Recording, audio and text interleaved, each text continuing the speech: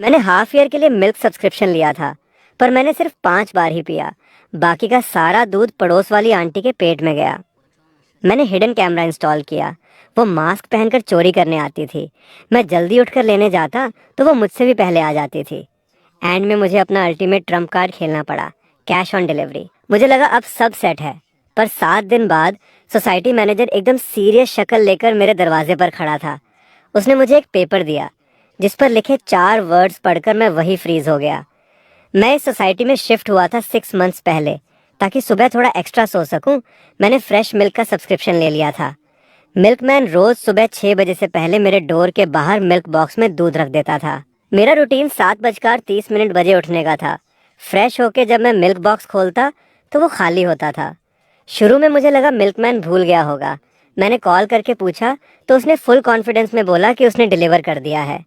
उसने बोला, टेंशन मत लो, मैं इस सोसाइटी में 3 ईयर से डिलीवरी कर रहा हूँ, कभी मिस्टेक नहीं हुई। शायद किसी पड़ोस के बच्चे ने मस्ती में उठा लिया होगा। पर नेक्स्ट डे भी मिल्क बॉक्स खाली था और थर्ड डे भी वही हाल था। अब मुझे गुस्सा आने लगा। लगातार 3 दिन, ये नॉर्मल नहीं था। मैंने मिल्कमैन को बोला कि कल दूध रखने के बाद मुझे एक मैसेज ड्रॉप कर देना। उसने ओके बोला। फोर्थ डे सुबह मेरे फ़ोन की वाइब्रेशन से मेरी नींद खुली। 6 बजे से पहले ही मिल्कमैन का मैसेज आ गया था। मैं तुरंत उठा, डोर की तरफ भागा, दरवाज़ा खोला। मिल्क बॉक्स खाली था। बाहर का मोशन सेंसर लाइट अभी भी ऑन था और हवा में एक अजीब सी ठंडक थी जो अभी तक गायब नहीं हुई थी। इसका मतलब मैसेज आने और मेरे दरवाज़ा खोलने के इन कुछ सेकंड्स के बीच किसी ने दूध चुरा लिया था। भाई कौन इतना बोर्ड है, और वो भी रोज़ाना। मैंने एक कैमरा लगाने का डिसाइड किया, ऑनलाइन ऑर्डर किया और नेक्स्ट डे डिलीवरी आ गई। मैंने कैमरा डोर के ऊपर वाले कॉर्नर में ऐसी हिडन जगह पर लगाया जहां से मेरे और सामने वाले घर का एरिया एकदम क्लियर कैप्चर हो सके। मैंने फ़ोन ऐप से कनेक्ट किया, मोशन डिटेक्शन, अलर्ट ऑन किया। ये सब करके मुझे थोड़ा सुकून मिला। मुझे देखना था कि आखिर कौन सा प्लेयर है जो मेरे एक बॉटल दूध के लिए इतना ऑब्सेस्ड है। फिफ्थ डे सुबह ठीक 5:50 पर फ़ोन वाइब्रेट हुआ। मोशन डिटेक्शन का पुश नोटिफिकेशन था। मैंने तुरंत ऐप खोला। लाइव फीड में एक फिगर दिखी। वो काफ़ी फेमिलियर थी। वो मेरी पड़ोस वाली वांग आंटी थी, जो रिटायर्ड हैं और नॉर्मली काफ़ी हेल्पफुल रहती हैं। जब मैं नया शिफ्ट हुआ था, उसने मुझे डम्पलिंग्स का प्लेट दिया था और एक यंग लड़के को देखकर हमेशा मेरा हाल चाल पूछती थी। शाओली, काम में बिजी हो पर हेल्थ का ध्यान रखना। शाओली, कोई गर्लफ्रेंड बनी या नहीं? मैंने सपने में भी नहीं सोचा था कि वो ये होगी।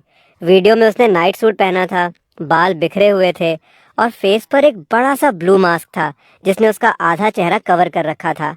वो मेरे डोर तक आई, फुल प्रो तरीके से मेरा मिल्क बॉक्स खोला, इधर उधर देखा, फिर अंदर से दूध निकाला और तेजी से मुड़कर अपने घर घुस गई। पूरा प्रोसेस 10 सेकंड से भी कम का था। मैं फ़ोन स्क्रीन देखता रह गया। मेरा दिमाग सुन्न पड़ गया था। क्या सच में वो थी? मैंने वीडियो रिवाइंड किया। ऐसा लग रहा था जैसे उसे कैमरा की लोकेशन पता हो। उसने जानबूझकर इधर नहीं देखा। मास्क भी छुपाने के लिए पहना था। उसे पता था कि ये चोरी है। मेरे अंदर एक अजीब सा गुस्सा उठा।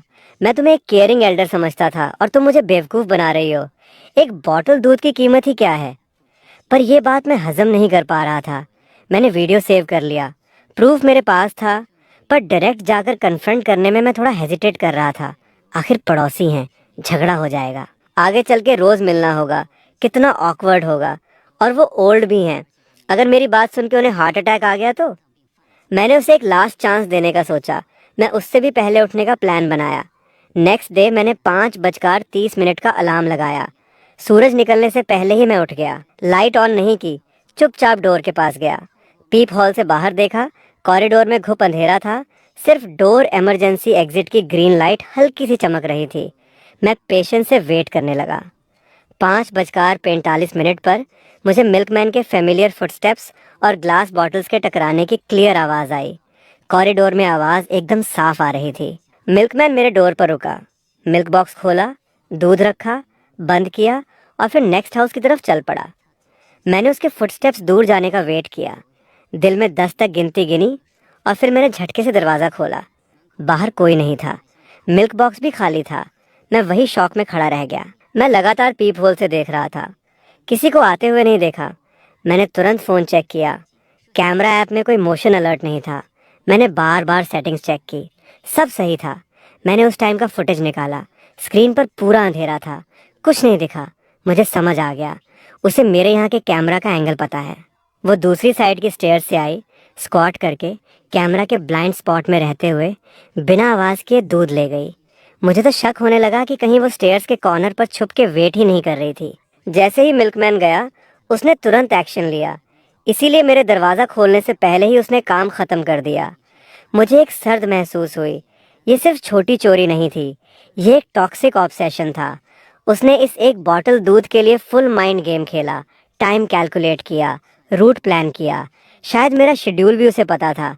मैं एक डेली ओवरटाइम करने वाला यंग गाई कैसे बीट कर सकता था एक रिटायर्ड आंटी को जिसने अपना सारा दिमाग इस पर लगा रखा था। शाम को ऑफिस से आते वक्त लिफ्ट में मेरी उससे टक्कर हो गई। वो फुल स्माइल के साथ मुझे हेलो बोल रही थी, एकदम केयरिंग लुक में। हाथ में सब्जियों का बास्केट था। मैंने खुद को फोर्स करके एक फेक स्माइल दी। वो मुझे देख रही थी, उसकी आंखों में एक एल्डर का प्यार था। मैं उसके उस स्माइलिंग फेस को देखकर सुबह वाले उस मास्क्ड और स्नीकी फिगर से मैच ही नहीं कर पा रहा था। ऐसे लोग सच में स्कैरी होते हैं। मैंने उसके साथ माइंड गेम्स खेलना ड्रॉप करने का सोचा, डायरेक्ट फाइट करने का सोचा, पर फिर लगा ये सही नहीं होगा। अगर वो ज़मीन पर गिर के रोने धोने और नाटक करने लगी तो मैं फंस जाऊंगा। पुलिस बुलाऊं? एक बॉटल दूध के लिए पुलिस आएगी तो बस कॉम्प्रोमाइज़ ही करवाएगी। मैंने बहुत सोचा। मेरा गोल ये प्रूव करना नहीं था कि उसने चोरी की। मैं बस अपने पैसे का दूध पीना चाहता था। अगर उसका टारगेट मिल्क बॉक्स में रखा दूध है तो मैं मिल्क बॉक्स को ही खाली कर दूंगा। मैंने फ़ोन निकाला, मिल्क कंपनी के कस्टमर केयर का नंबर डायल किया। मेरे पास एक और आइडिया था जो कि मेरा आखिरी ऑप्शन था। मैंने एग्जीक्यूटिव को बोला कि मुझे अपना डिलीवरी मेथड चेंज करना है। हेलो सर, बताइए मैं आपकी क्या हेल्प कर सकती हूँ? मैं नहीं चाहता कि मिल्कमैन दूध बॉक्स में रखे। क्या मिल्क बॉक्स में कोई इशू है? नहीं, मैं अब प्रीपेड सब्सक्रिप्शन नहीं चाहता। मैं कैश ऑन डिलीवरी स्क्वाड में शिफ्ट होना चाहता हूँ। सर, हमारे मोस्टली क्लाइंट्स मंथली या ईयरली प्रीपेड लेते हैं, उसमें डिस्काउंट मिलता है। मुझे पता है, कोई बात नहीं। मुझे ट्रबल से डर नहीं लगता। मैं चाहता हूँ कि मिल्कमैन रोज़ सुबह आकर डायरेक्ट डोर नॉक करे और मैं फेस टू फेस पे करके दूध ले लूँ। सर, ऐसा करने से आपको रोज़ चेंज रखना पड़ेगा और मिल्कमैन सुबह बहुत बिजी होता है। वो फिक्स टाइम पर डोर नॉक नहीं कर पाएगा। No problem, I accept. कोई भी अप्रॉक्स टाइम चलेगा। 6 से 6:30 के बीच मैं घर पर वेट करूंगा। इस एक ग्लास दूध के लिए मैं जल्दी उठने को रेडी हूँ। ठीक है सर, मैंने नोट कर लिया है। कल से हम आपको स्कॉडी सर्विस प्रोवाइड करेंगे, पर डिलीवरी पेमेंट। थैंक्स। मैंने कॉल कट की। मेरे दिल का बोझ हल्का हो गया। मैंने एक्सेप्ट कर लिया कि मैं हार गया। मैं एक ऐसी कैलकुलेटेड चोर से नहीं जीत सकता। मुझे अपने दूध को प्रोटेक्ट करने के लिए ये सबसे बेसिक पर सबसे इफेक्टिव तरीका यूज़ करना पड़ा। सीओडी वो मिल्कमैन के हाथ से तो छीन नहीं सकती और ना ही मेरे लिए पे कर सकती है। ये सोचकर मुझे कल सुबह का थोड़ा वेट था। मैं इमेजिन कर रहा था कि वांग आंटी रोज़ की तरह चुपके से मेरे मिल्क बॉक्स के पास आएगी और उसे खाली मिलेगा। उसके एक्सप्रेशंस कैसे होंगे, डिसअपॉइंटेड या गुस्सा? कहीं वो ये तो नहीं सोचेगी कि मिल्कमैन भूल गया। और फिर रोज़ वही खाली बॉक्स खोलते खोलते फाइनली उसे रियलाइज़ होगा कि उसका फ्री वाला दूध अब बंद हो चुका है। ये फीलिंग उसके सामने जाकर उसका पर्दाफाश करने से कहीं ज़्यादा सेटिस्फाइंग थी। उस रात मैं बहुत अच्छी नींद सोया। नेक्स्ट डे सुबह मैं ठीक 6 बजे उठ गया, बिना किसी अलार्म के।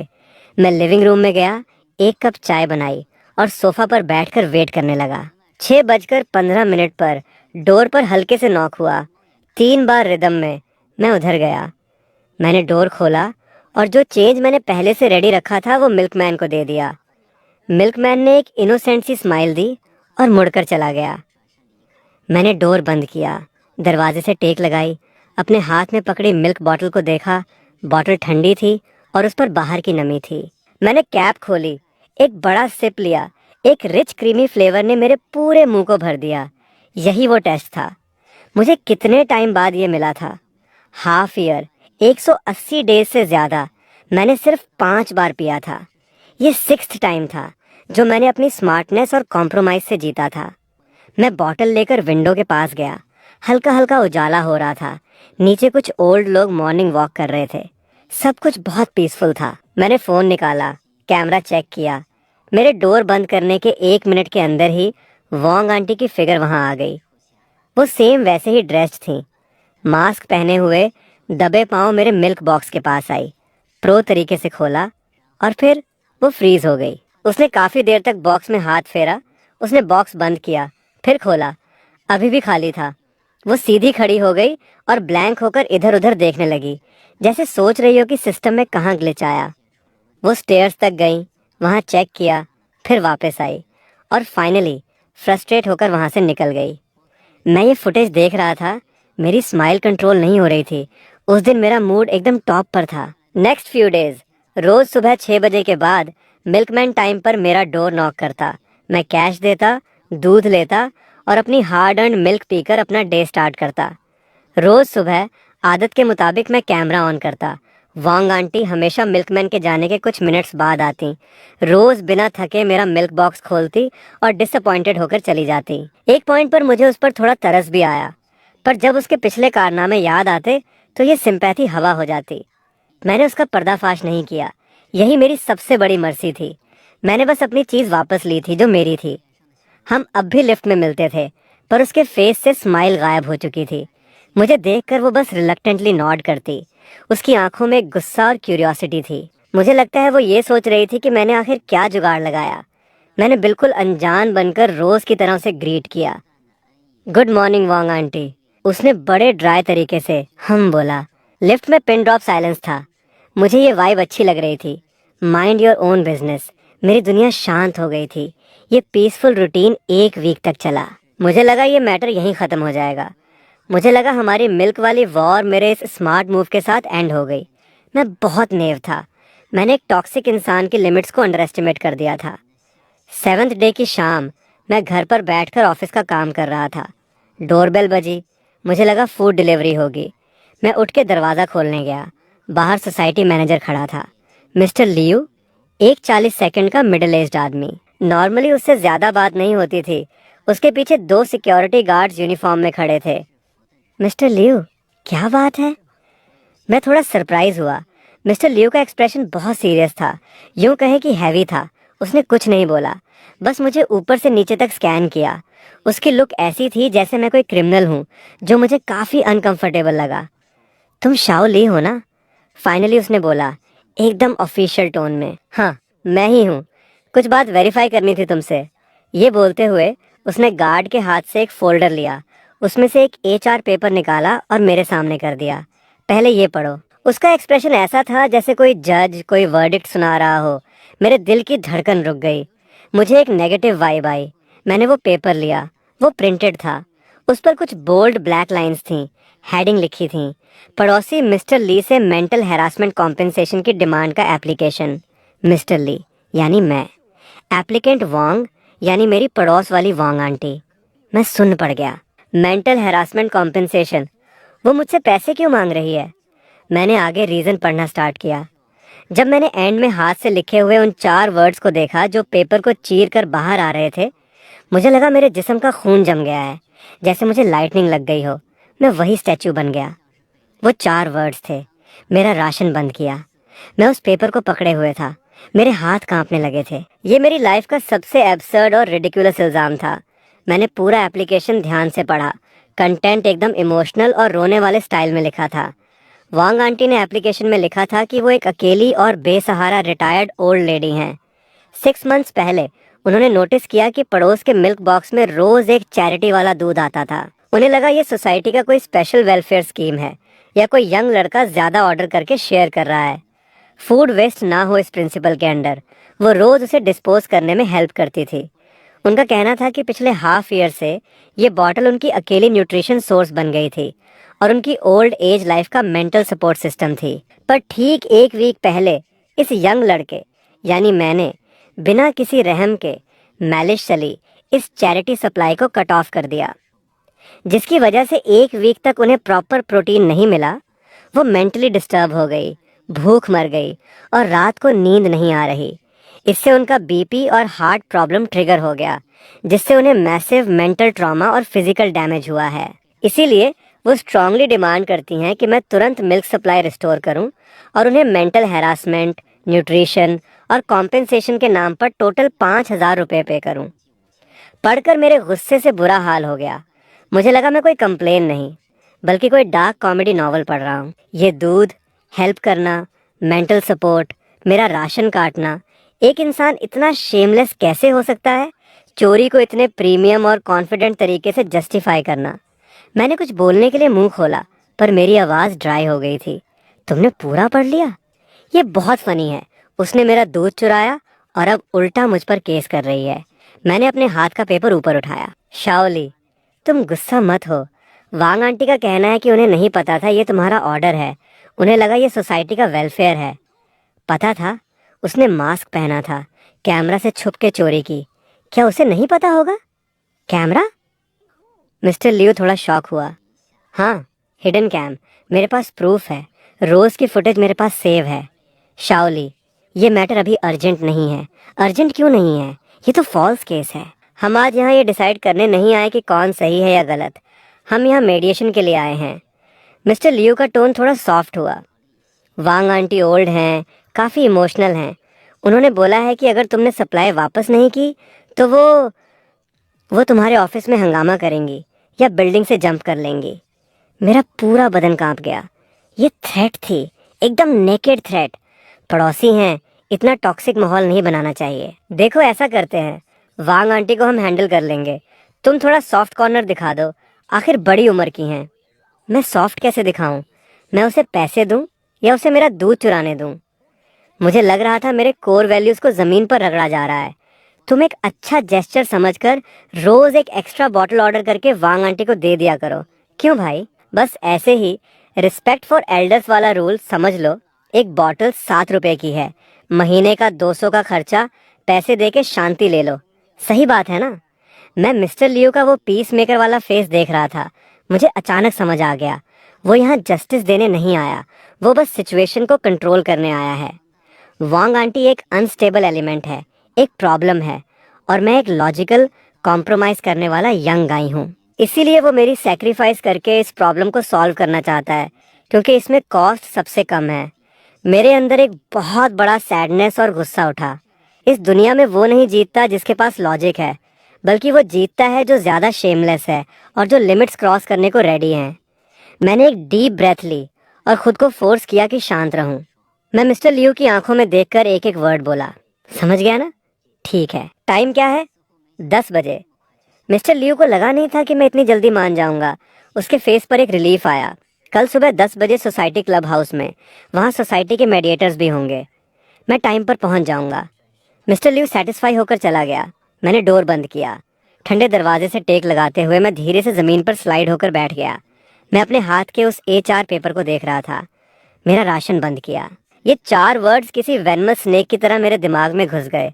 मैं हंसने लगा, इतना हंसा कि मेरी आंखों से आंसू निकल आए। खेलना है ना?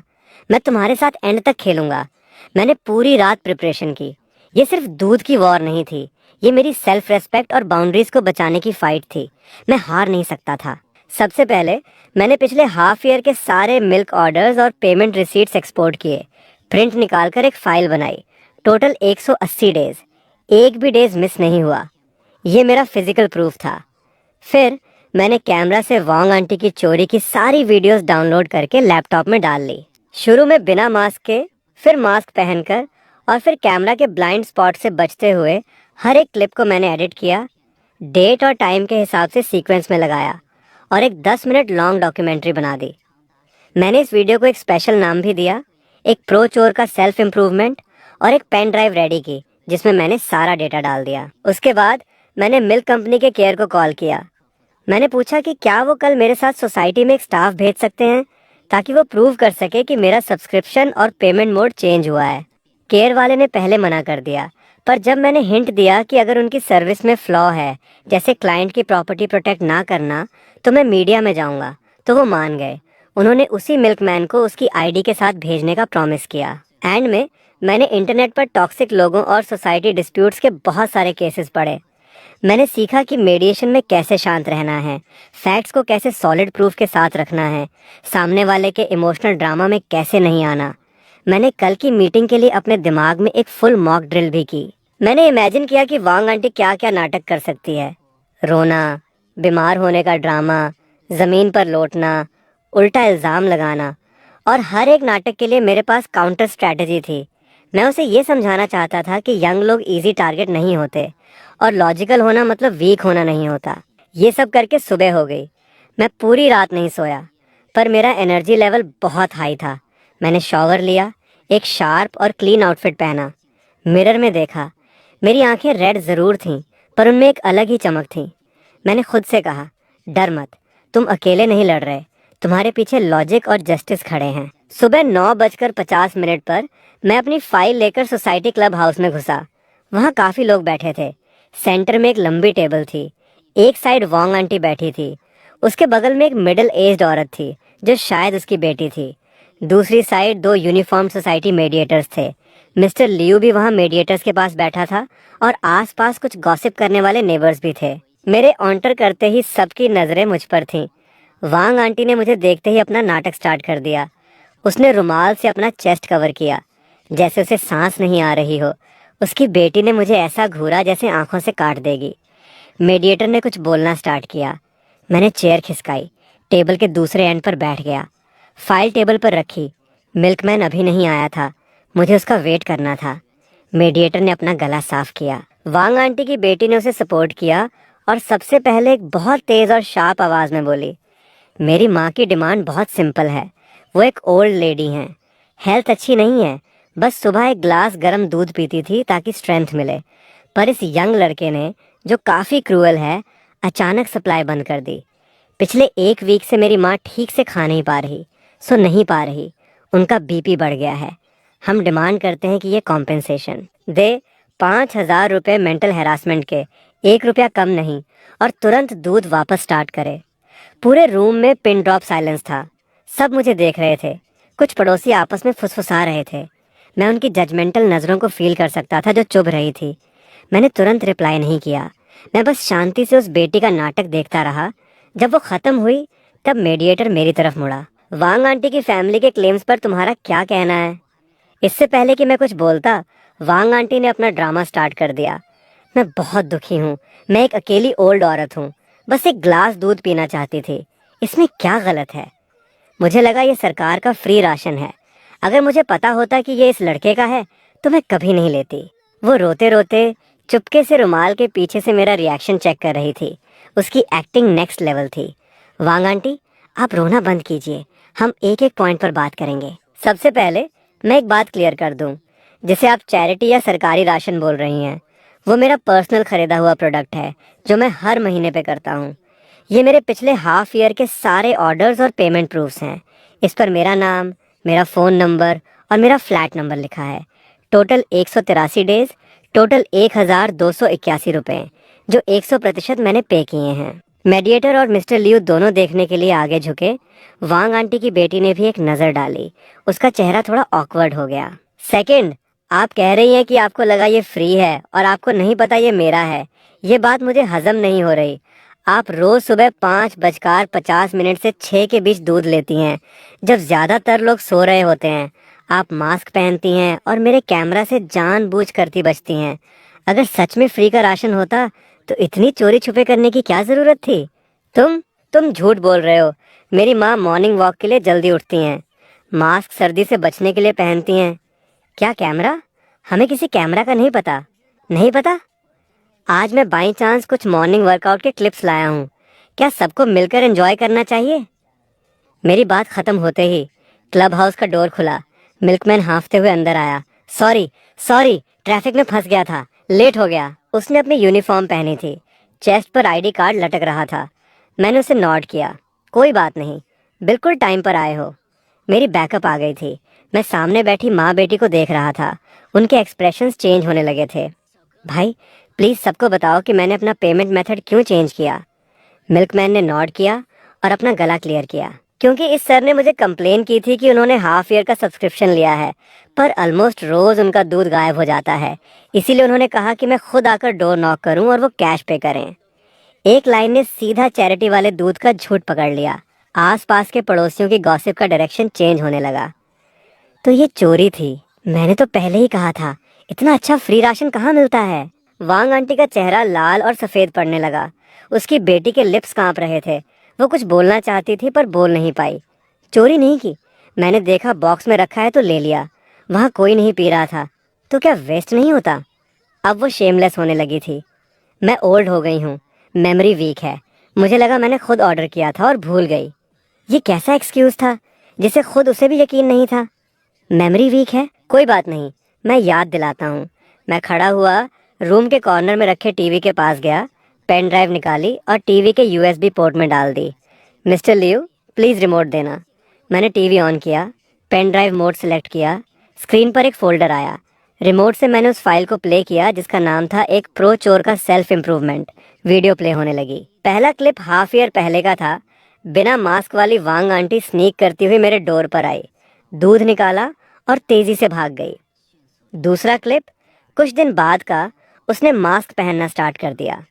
तीसरा क्लिप 1 महीने बाद का, जब मैंने नया कैमरा लगाया, वो दूसरी स्टेयर्स से एक बहुत ही अजीब और फनी स्क्वाट पोजीशन में रेंगते हुए आई। परफेक्टली मेन कैमरा एंगल को डॉज किया, सिर्फ उसका बैक कैप्चर हुआ। एक के बाद एक क्लिप, टाइम और डेट सब एकदम क्लियर नीचे लिखे थे। पूरे रूम में सिर्फ वीडियो की हल्की आवाज आ रही थी, सब स्क्रीन को घूर रहे थे। गॉसिप करने वाले पड़ोसियों के मुंह खुले के खुले रह गए। मेडिएटर्स का एक्सप्रेशन सीरियस से शॉक में बदल गया। मिस्टर लियो के माथे पर पसीना आने लगा। वांग आंटी और उसकी बेटी का चेहरा कागज की तरह सफेद पड़ गया था। वांग आंटी का बैलेंस बिगड़ने लगा। उसकी बेटी ने तुरंत उसे पकड़ लिया। मैंने पॉज बटन दबाया। स्क्रीन पर एग्जैक्टली वांग आंटी का क्लोजअप था, जिसमें उसने मास्क पहना था और चोरी की नजरों से कैमरा की तरफ देख रही थी।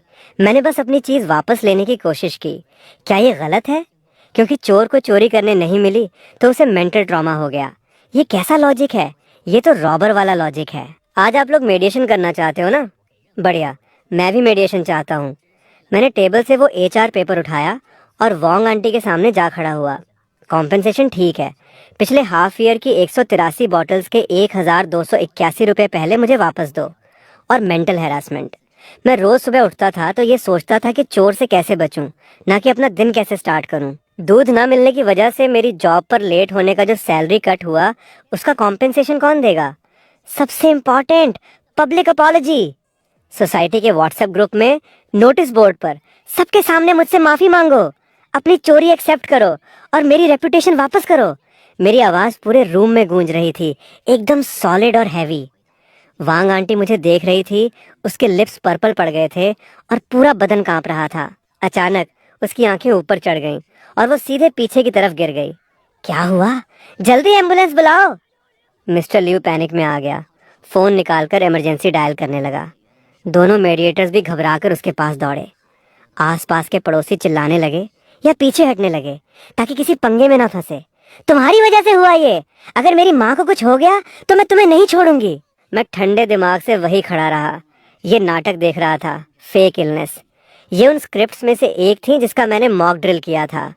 मैं ऐसे लोगों को बहुत अच्छी तरह जानता हूँ जब लॉजिक काम ना करे और प्रूफ सामने हो तो इनका आखिरी वेपन इनकी अपनी बॉडी होती है। विक्टिम कार्ड खेलकर मॉरल ब्लैकमेल करना, मैं हिला भी नहीं। मुझे जरा सा भी पैनिक नहीं हुआ। मैं बस शांति से तमाशा देख रहा था। अगर सच में कुछ हुआ तो एम्बुलेंस आ जाएगी, अगर नाटक है तो ये शो कभी तो बंद होगा। एम्बुलेंस जल्दी ही आ गई। 2 पैरामेडिक्स स्ट्रेचर लेकर अंदर आए और बेसिक चेकअप किया। फैमिली मेंबर कौन है? मैं इनकी बेटी हूँ। पेशेंट को बीपी और हार्ट की हिस्ट्री है। ये इमोशनल स्ट्रेस की वजह से टेम्पररी फेंटिंग है, सीरियस कुछ नहीं है। पहले हॉस्पिटल ले जाओ ऑब्जर्व करने के लिए। डॉक्टर की बातों ने मेरा शक सच कर दिया, कुछ सीरियस नहीं था। वांग आंटी की बेटी खून कर दिया। चिल्लाते हुए स्ट्रेचर के पीछे बाहर गई। मेरे पास से गुजरते वक्त उसने मुझे नोचने की कोशिश की, पर गार्ड्स ने उसे रोक लिया। एक ग्रैंड मेडिएशन मीटिंग इस तरह एम्बुलेंस के साथ खत्म हो गई। लोग चले गए, क्लब हाउस शांत हो गया। जो पड़ोसी बचे थे वो मुझे कॉम्प्लेक्स नजरों से देख रहे थे, कुछ सिंपैथी, कुछ सेटिस्फैक्शन और कुछ डर। मिस्टर लियू पसीना पोंछते हुए आया। शाओली, देखो क्या हंगामा हो गया। मिस्टर लियू, आज जो हुआ सबने देखा। वीडियो फुटेज मैंने मेडिएटर्स को दे दी हैं। मेरी डिमांड्स भी क्लियर हैं। 1, मेरे दूध के पैसे वापस। 2, पब्लिक रिटर्न अपॉलजी। अगर ये दोनों नहीं हुए तो कोर्ट में मिलते हैं। नहीं नहीं नहीं, इतना आगे मत जाओ। पड़ोसी हैं, ज़रूरत नहीं है, सच में ज़रूरत नहीं है। ज़रूरत है या नहीं ये मैं डिसाइड नहीं करूँगा, ये चोर और फॉल्स केस करने वाली डिसाइड करेगी। मैंने अपनी फाइल और पेन ड्राइव पैक की और मुड़कर चला गया। मैं इन लोगों से एक वर्ड और नहीं बोलना चाहता था। मेरा स्टैंड एकदम क्लियर था। ये वॉर उस दिन से ही नो रिटर्न पॉइंट पर थी जब उसने ये रिडिकुलस एप्लीकेशन सबमिट की थी। या तो मैं या वो। मैं घर पहुंचा, खुद को सोफा पर पटक दिया। मेरा टाइट दिमाग फाइनली रिलैक्स हुआ और एक थकान सी फील हुई। मुझे नहीं पता था आगे क्या होगा। वो शायद और नाटक करेंगी या शायद हार मान लेंगी। पर जो भी हो, मैंने जो करना था वो किया। मैंने अपनी बाउंड्री प्रोटेक्ट की। शाम को मुझे एक अननोन नंबर से कॉल आया। हेलो, क्या मैं मिस्टर ली से बात कर रहा हूँ? हाँ, कौन? मैं वांग आंटी का बेटा हूँ। मेरा नाम झांग वेई है। मैं अभी out of station business trip से वापस आया हूँ। मुझे इसके बारे में पता चला। उसकी आवाज़ में बहुत गिल्ट था। Mister Lee, I am sorry. सच में बहुत बहुत सॉरी। मैं अपनी माँ को ठीक से हैंडल नहीं कर पाया, आपको इतनी परेशानी दी। मैं चुप रहा, कुछ नहीं बोला। वो एक्चुअली बुरी नहीं है, बस ओल्ड एज की वजह से थोड़ी कंफ्यूज्ड रहती हैं और छोटी मोटी चीज़ें फ्री में लेने की आदत है। मिस्टर झांग, ये छोटी चोरी नहीं है। लगातार हाफ ईयर तक रोज़ प्लान करके चोरी करना, पकड़े जाने के बाद सुधरने के बजाय फैमिली के साथ मिलकर मुझ पर फॉल्स केस करना और पैसे मांगना, इसे छोटी चोरी नहीं, टॉक्सिक कैरेक्टर कहते हैं। लाइन पर साइलेंस छा गया। मैं उसकी हैवी ब्रीदिंग सुन सकता था। आप सही कह रहे हैं, मैंने गलत बोल दिया। मैं अपनी माँ और बहन की हरकतों के लिए आपसे प्रॉपरली माफ़ी मांगता हूँ। मैंने आपका क्लब हाउस वाला वीडियो देखा और वो एप्लीकेशन भी पढ़ी। मुझे उनकी जगह शर्म आ रही है। मिस्टर ली, ऐसा करते हैं, आपका जो भी नुकसान हुआ है, दूध के पैसे और आपकी सैलरी कट, हम आपको डबल पे करेंगे। और मैं उनसे एक अपॉलजी लेटर लिखवा कर नीचे नोटिस बोर्ड पर चिपका दूंगा, चलेगा? उसका एटीट्यूड बहुत जेन्युइन था, उसकी माँ और बहन से एकदम अलग। मैंने सोचा, मेरा मकसद पैसे नहीं थे और ना ही उन्हें बैंकरप्ट करना। मैं बस जस्टिस चाहता था, एक अपॉलजी। डबल की ज़रूरत नहीं, बस दूध के 1281 रुपये ट्रांसफ़र कर दो। ये उन्हें पे करने ही थे और अपॉलजी लेटर मुझे देखना है। ठीक है, ठीक है, नो प्रॉब्लम। आपके फॉरगिव करने का बहुत शुक्रिया। हॉस्पिटल का काम निपटा कर मैं खुद आकर आपसे मिलूंगा। आने की ज़रूरत नहीं, मैं बस आगे से शांति चाहता हूँ, कोई मुझे डिस्टर्ब ना करे। समझ गया, आई प्रॉमिस। कॉल कट करने के बाद मेरे दिमाग में मिक्स्ड फीलिंग्स थीं, पर चीज़ें पॉजिटिव डायरेक्शन में जा रही थीं। एक समझदार बेटा होना शायद वांग आंटी की लाइफ का सबसे बड़ा लक था। नेक्स्ट डे सुबह मेरे फ़ोन पर एक ट्रांसफ़र नोटिफिकेशन आया, 1281 रुपये फ्रॉम झांग वेई। शाम को मैं कचरा फेंकने नीचे गया। नोटिस बोर्ड पर एक नया HR पेपर लगा था। एक अपॉलजी लेटर प्रिंटेड था। नीचे वांग आंटी का टेढ़ा मेढ़ा सिग्नेचर और लाल रंग का थंबप्रिंट था। लेटर में उसने अपनी हाफ ईयर की चोरी एक्सेप्ट की थी और मुझे जो परेशानी और बदनामी हुई उसके लिए डीप सॉरी बोला था और मुझसे फॉरगिव करने की भीख मांगी थी। मैं नोटिस बोर्ड के सामने काफ़ी देर तक खड़ा रहा। बहुत से पड़ोसी गुजरे और उस लेटर पर बातें कर रहे थे। मैं जीत गया था। मैंने अपने तरीके से ये एब्सर्ड वॉर जीत ली थी। मुझे खुश होना चाहिए था, पर पता नहीं क्यों मैं बिल्कुल भी खुश नहीं था। मैं बस थका हुआ था, एक ऐसी थकान जो हड्डियों तक उतर गई थी। वो लेटर एक वीक तक बोर्ड पर लगा रहा। हमारी बिल्डिंग का सबसे बड़ा गॉसिप बन गया। वांग आंटी ने बाहर आना बंद कर दिया। मैंने सुना कि उसकी बेटी उसे अपने घर ले गई। झांग वेई ने मुझे एक मैसेज किया, दोबारा सॉरी बोला और बताया कि वो फ्लैट सेल कर रहे हैं। मैंने ऑल द बेस्ट रिप्लाई किया।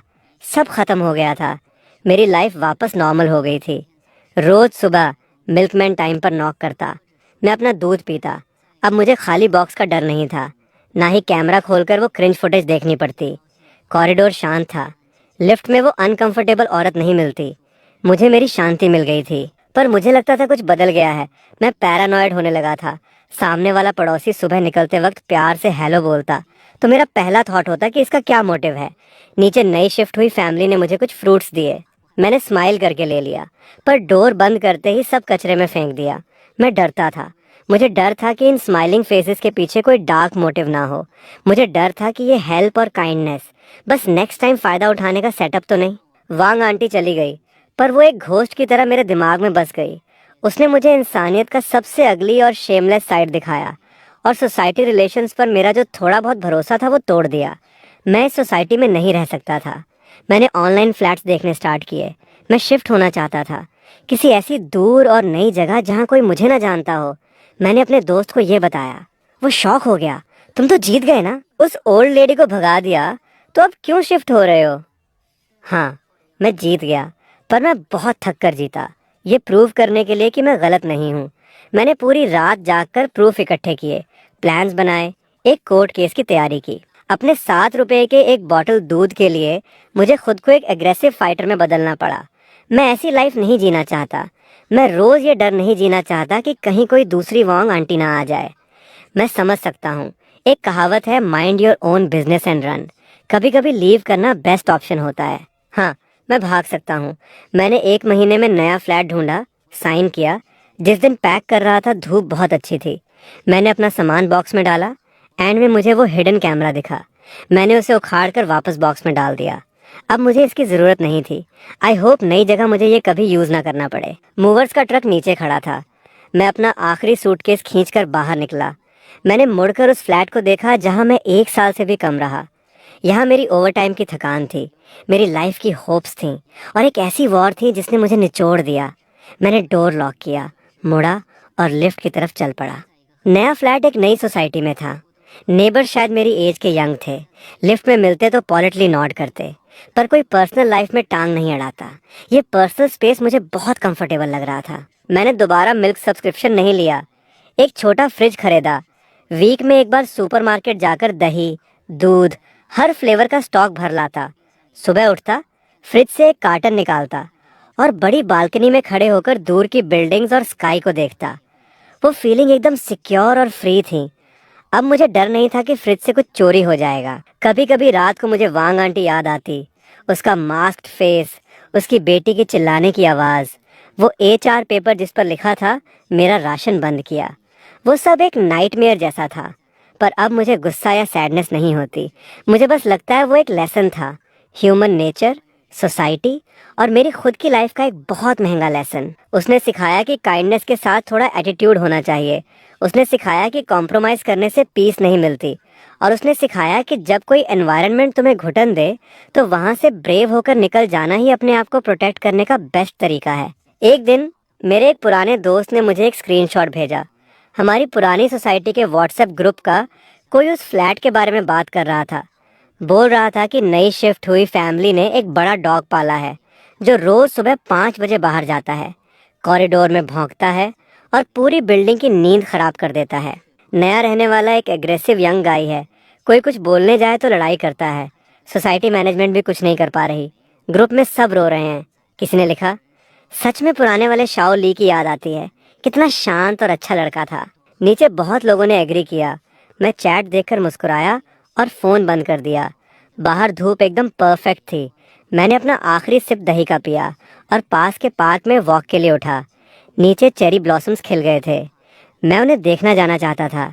मेरी लाइफ का नया चैप्टर स्टार्ट होने का टाइम आ गया था।